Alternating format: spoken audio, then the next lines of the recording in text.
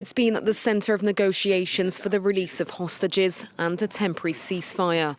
Qatar has emerged as a key player in mediation between Israel and Hamas. The tiny Gulf state helped world leaders broker a week-long truce between the two sides in November last year. That saw more than 100 Israeli hostages and 240 Palestinian prisoners freed, as well as much-needed humanitarian aid delivered to the Gaza Strip. Since the ceasefire came to an end, Qatari negotiators have been working hard to achieve a new agreement for the Muslim holy month of Ramadan.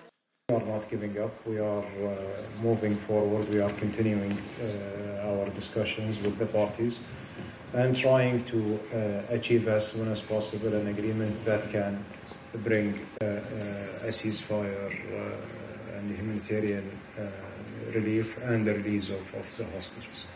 The United States, France and the UK have no direct links with Hamas, which they have designated as a terrorist organisation. Instead, they are turning to Qatar to act as an intermediary. The Gulf state's strategy, reaching out to all sides. In the wake of Hamas's attack on Israel, Doha welcomed the US Secretary of State, while Hamas and Iranian officials met in the Qatari capital the day after.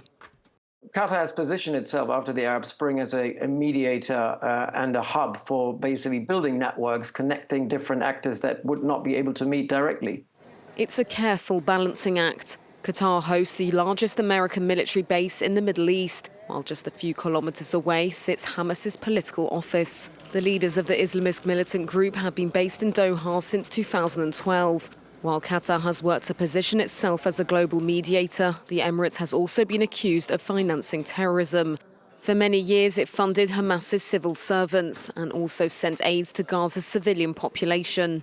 Until October 7th, Israel had tacitly allowed Qatar to continue letting in cash to appease Hamas, but that strategy has ultimately proved to be a failure.